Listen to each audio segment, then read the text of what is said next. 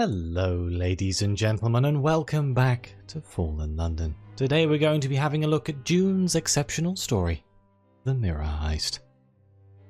But before we begin, as always, I shall warn you there are spoilers ahead. I encourage you to play these for yourselves, become an exceptional friend. Not only do you get access to these stories, you get a second candle, an expanded opportunity deck, more outfit slots, and some other benefits. But without further ado, let's jump in. Tonight is the opening night for Gillibrand's and Searle's first post-reunion comic opera, The Zayler's Other Wife. You hold in your hands 2 tickets to the show.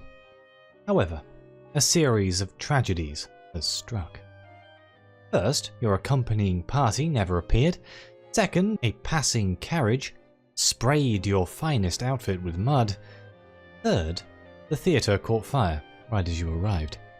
Fourth, critics are calling the play terrible. As a result, you have no show to attend, no outfit in which to attend it, and nobody to accompany you.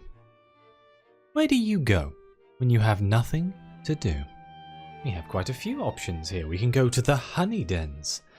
This must be said of the honey sippers and sybarites. They are never bored. We can go to the church.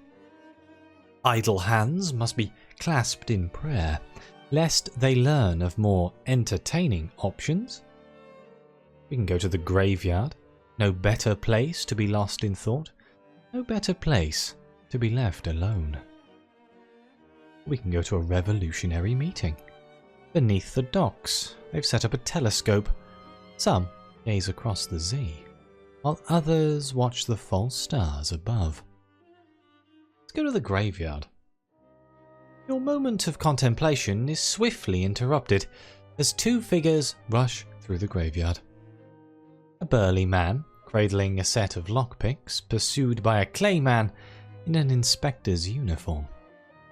The Granitic Inspector tackles the thief, then turns his gaze on you.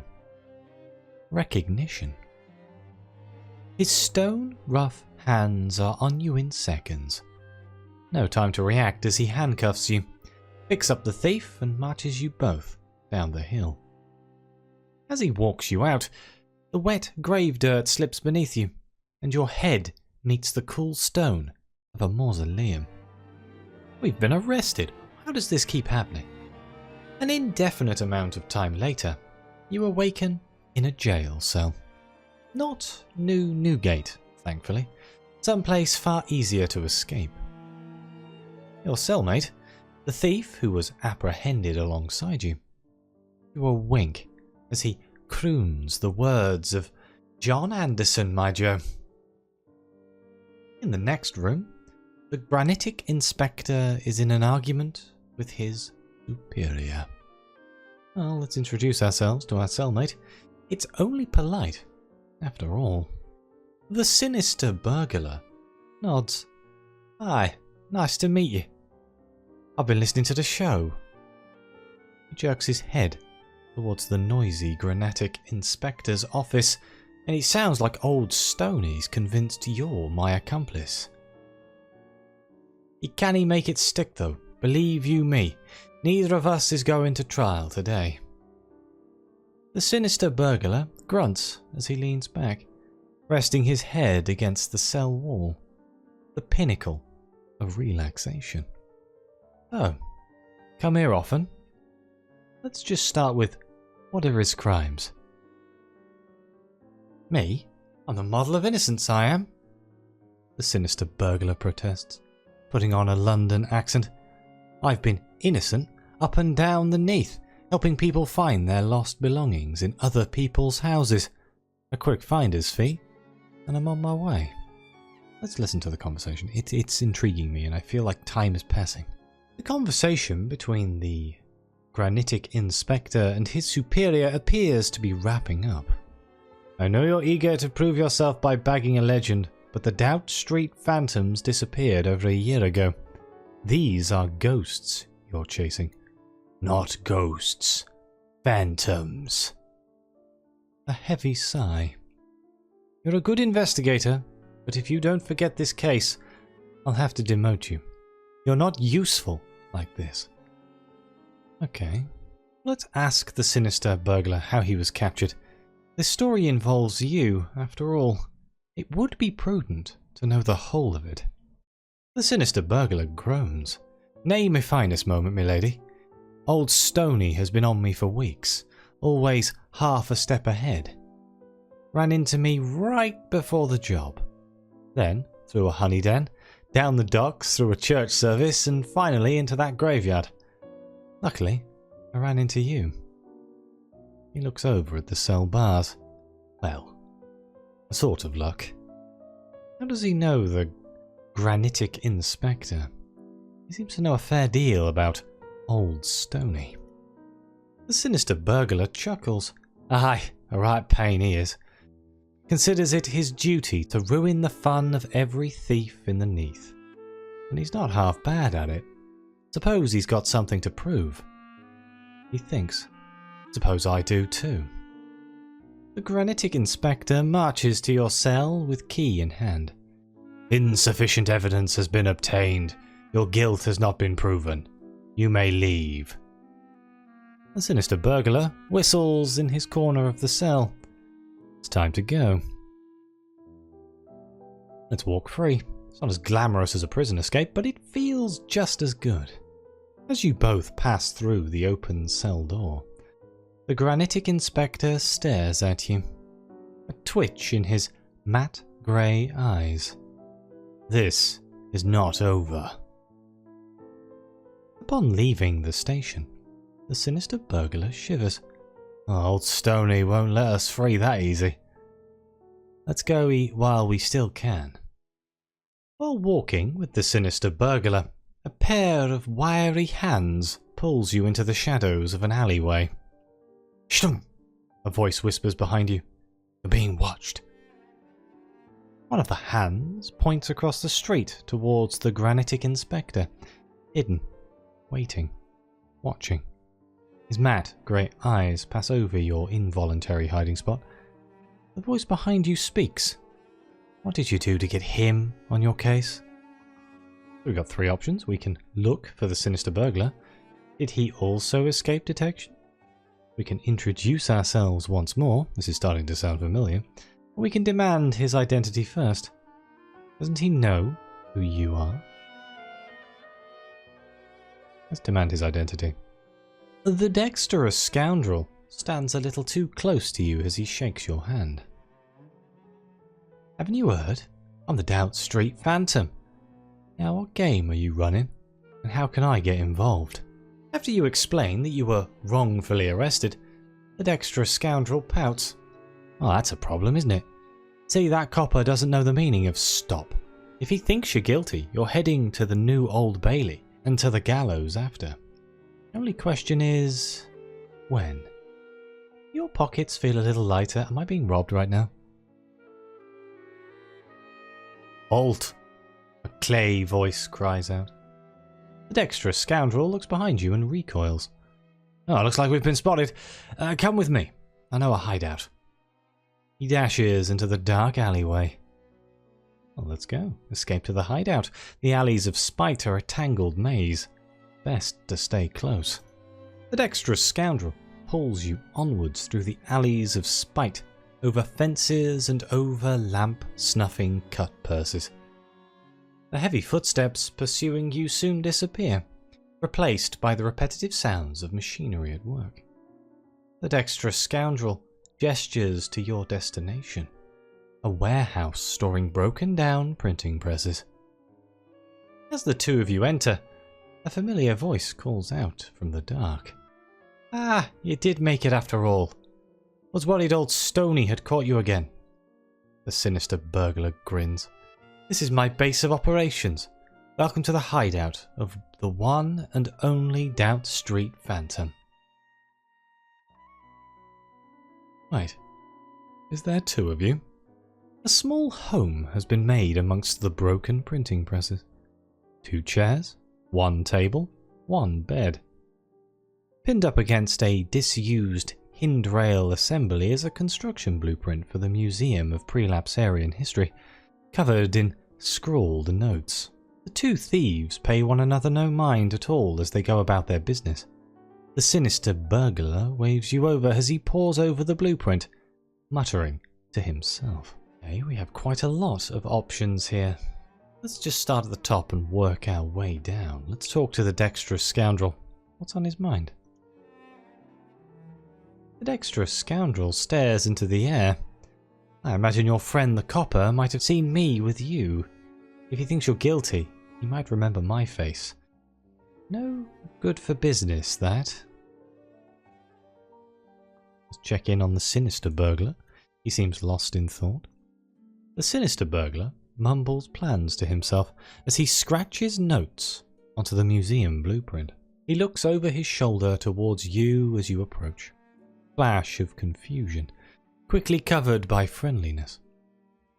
The blueprint itself is covered in a maze of diagrams, entry points, valuables, unknowns. Two sets of handwriting overlapping with one another. Something strange is going on here. It's like two people are existing in the same space. Let's look around the hideout. What else is lurking amongst the machinery? At one point, this building was a publishing house. Unfortunately, a string of commercial failures led to its bankruptcy. You find piles of books that never made it to shelves. The Curse of the Three Echo Slippers, Antediluvian Femininity, or a biography of women who are quite old, speculative tales of the negative first city. As you peruse the book moth-bitten stacks, it becomes clear why the company went under. We can observe the interactions between the Sinister Burglar and the Dextrous Scoundrel. Something odd about how they walk around one another. You watch as both phantoms stand to get a glass of water from the same table. The Sinister Burglar reaches it first, takes a sip and puts it down. The Dextrous Scoundrel then approaches the table, takes a sip from the same glass and puts it down. The two continue drinking from the same cup in this manner, never once looking at one another. When the cup is empty, the scoundrel puts it away. Now let's talk to the Sinister Burglar about his plan. He seems to have some idea of what to do next. The Sinister Burglar points to the blueprint of the Prelapsarian Museum. "My next target," he says. "Enough skeletons here to make a fortune on the bone market. I was going to take it by myself. Unfortunately, old Stoney's watching and already knows I'm coming. Won't stop until we're both back in the clink. Luckily for us, we know he's watching." He scours the map. He knows better than to catch us outside this time. That mistake cost him. Can't prosecute a crime that hasn't happened yet. He'll want to catch us in the act. That gives us our stage. All we need is a trap to set. What about the Dextrous Scoundrel and his plan? He also seems to have some idea of what to do next. The Dextrous Scoundrel tosses a ball in the air as he talks. "My next target," he says. "The Prelapsarian Museum is ripe for a robbery. I've been planning on taking it solo, but this is a good opportunity to kill two birds with one stone. I make a lot of money, and you get that target off your back." He continues. "In the deep archives is a fourth city artifact. A mirror that makes you forget anything in its reflection. One look at it will make a certain copper forget you ever existed. Worth a fortune too. That's my cut. Only problem is, nobody can bloody remember where it is. Go to the Prelapsarian Museum, find out where they keep the lost mirror. We'll take it together." Interesting, so we have two separate plans from two separate people who are both planning to rob the Prelapsarian archives. How very bizarre. Let's see where this goes. Let's access the Prelapsarian archive. Well-dressed individuals mingle in the atrium of the Prelapsarian Museum. It's the Donor's Tour, a rare look into the back rooms of the museum, where dangerous and esoteric artifacts are assessed, categorized, and archived by dozens of nameless research assistants. The tour is your best shot at getting close to the lost mirror. I'm going to say, I'm pretty sure, aren't I a friend of the museum? I believe I've done quite a lot here. I can wield my connections to the museum. What's the point of doing favours for the public good if you can't use them as leverage? I can make a donation to the museum. You have an artifact. They have an archive. Access. Access. Sneak into the back of the group. The tour guide can't see you back here, can they? Or we can just talk our way in. The tour guide looks new and nervous, likely to fold under pressure. Let's just wield our connection to the museum. The tour guide is skeptical at first. You weren't on the official list. But fortunately, their superior recognizes you. You're thanked for your contributions, ushered into the group, and promptly forgotten. The tour guide leads your group through cluttered laboratories, down halls of half-assembled skeletons, and between vats of yet unidentified chemical solutions. Eventually, you enter the archive itself. A vast basement warehouse full of dangerous artifacts. If the lost mirror is anywhere, it's somewhere in here. We've reached our destination. Best not to stick around. Let's sneak away. The archive is dark and quiet, lit only by the dull gant of leaky mirror catch boxes. You don't even need to walk away from the group. All you need to do is stand still, hold your breath, and allow yourself to be left behind. Gant, dark shadows give nothing shape to the shelves of the Prelapsarian archive. You can't use a lantern for fear of attracting attention. You can barely see in front of you. So what options do we have? Try to discern a pattern to the stacks? It may be chaotic, but even chaos rhymes with itself. We can follow a guard around. The only source of light, a guard's lantern as she patrols the stacks. You can make use of it, so long as you're quiet. Let's do a watchful check here. See if we can discern a pattern. The system, although absurd, starts to make sense. Medieval weapons sit next to serrated teeth. Bottles of poison are stacked on top of old propaganda leaflets. There's a thread you can pull here, a tangled and frayed one, but a thread nonetheless. Let's follow the guard around this time. The guard's path is easily predicted and avoided.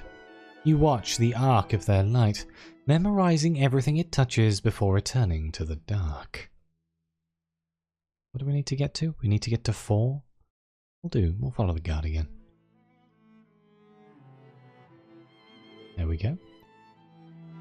Locate the lost mirror. Everything rhymes here. Rusty gold to fool's gold. Fool's gold to liar's wart. Liar's wart to warped reflections. There.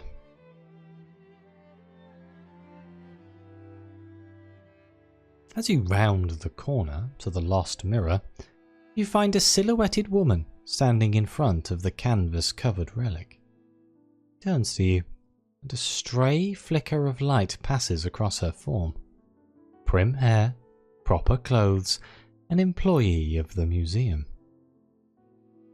Wet eyes. "Oh," she says, voice hitching slightly. "There you are. I was starting to think you wouldn't show up. You're with the phantoms, aren't you? The heist is soon, then. I must ask something of you." The forlorn research assistant faces toward you. You can't see her expression in the dark, but her posture is thoroughly defeated. The mirror is covered in a thick canvas. "Well, let's introduce ourselves, Just because you're skulking through the dark in search of a memory-wiping artifact doesn't mean you shouldn't be polite. Nice to meet you, she says. I was one of the Doubt Street Phantoms before it all fell apart right here. God, it was nearly a year ago now. I was in much the same position as you are now. The advance party. The inside man. When I found the lost mirror, I thought it was the score of a lifetime. Instead, it tore us all apart. If you listen to nothing else, hear me now. Do not let the phantoms look in the mirror again. If they forget again... Another hitch in her voice. A shaky breath. If they forget again, they'll never become whole. Let's ask about her history in the phantoms. Again implies that this has happened before. Ah, yes, it has. Her voice smiles in the dark. She tells the tale. The Doubt Street Phantoms were a gang of 3. The Sinister Burglar, the Dextrous Scoundrel, and herself. The closest of friends, until the burglar and the scoundrel became even closer.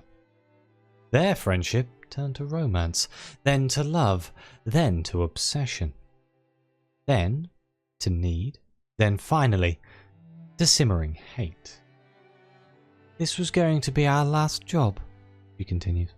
Only one of them didn't want it to end, or didn't want to go through the heartbreak that followed. Found them here, both their memories gone. What happened to the burglar and the scoundrel after the heist went sour? She mentioned something about forgetting. After the 2 of them lost their memories, they disappeared. I thought they were gone for good. A shaky sigh. Until a couple of months ago, when a crew hit the Orphean Bank, the exact way we had done. Then the 6th City Futures Exchange, same as us. I realized it was them, doing everything in the exact same order. I tried to get in contact, but they couldn't see me. Or one another. The holes in their memories are too large, I think. They might work together, but they have no idea. Each thinks that they're the one and only Doubt Street Phantom. Let's ask about the Lost Mirror. What is it? How does it work? 4th City artifact, dated to late 15th century? As she speaks, her sorrow is masked with knowledge. Here it goes silver-plated. Nobody knows how to make another. Whatever you see in the reflection, you forget. They were here once before, the other phantoms. They both looked into the mirror, forgot one another, forgot me. She looks away. It'll happen again if you don't stop them. What happened to her? She stayed in this job long after the heist ended. Why? A hollow laugh. I took this job to search the archives, find everything worth stealing and disappear. After the phantoms forgot me, I was left here. No friends, no exit strategy. An inside man without a crew was just an employee. I've been here for nearly a year. First to steal, then because I had nowhere else to go, then because I thought I could change fate. Even if you do break the cycle, I think I might stay. I do genuinely enjoy the work. The worst bit is, I took the job under a false name. Everyone here thinks my name is Susan. Okay, well, let's take our leave. You know what you need to know. Time to go before someone else spots you. It's tonight, isn't it? She asks. I know it's soon. They'll keep trying until they get back here. She presses the key to the archives into your hand. I can't change fate, but you can. And please, don't let them look in the mirror again. They can't even see one another anymore. Until they leave one another behind, they'll each only be half a person. This is our chance to break the cycle. She points you to the exit, and then disappears into the dark. As you leave the Prelapsarian Museum, a familiar voice calls out, "Halt!" The Granitic Inspector, approaches from across the street, likely intending to apprehend you. Well, it's time to run away. Time to practice the better part of valor. You walk down the steps of the museum, feigning compliance until a passing cart gives you a second of cover. In a snap, you sprint away from the inspector, putting as much ground between the two of you as possible. Unfortunately, a second is all you get. When you glance back, the Granitic Inspector is right behind you. You manage to eke out the few precious seconds of distance between yourself and the pursuing inspector. You round the corner, rush onto the bridge to Beasley's Gate. With only seconds before the inspector spots you again, you need to get out of sight now. We can either dive off of the bridge. The stolen river is as murky as it is thick. With luck, you won't interrupt a convention of drownies beneath the surface. Or we can hide behind an unattended meat pie cart. With luck, it'll disguise your scent. Can claymen smell things? Let's hide behind the meat pie cart. I don't fancy getting wet.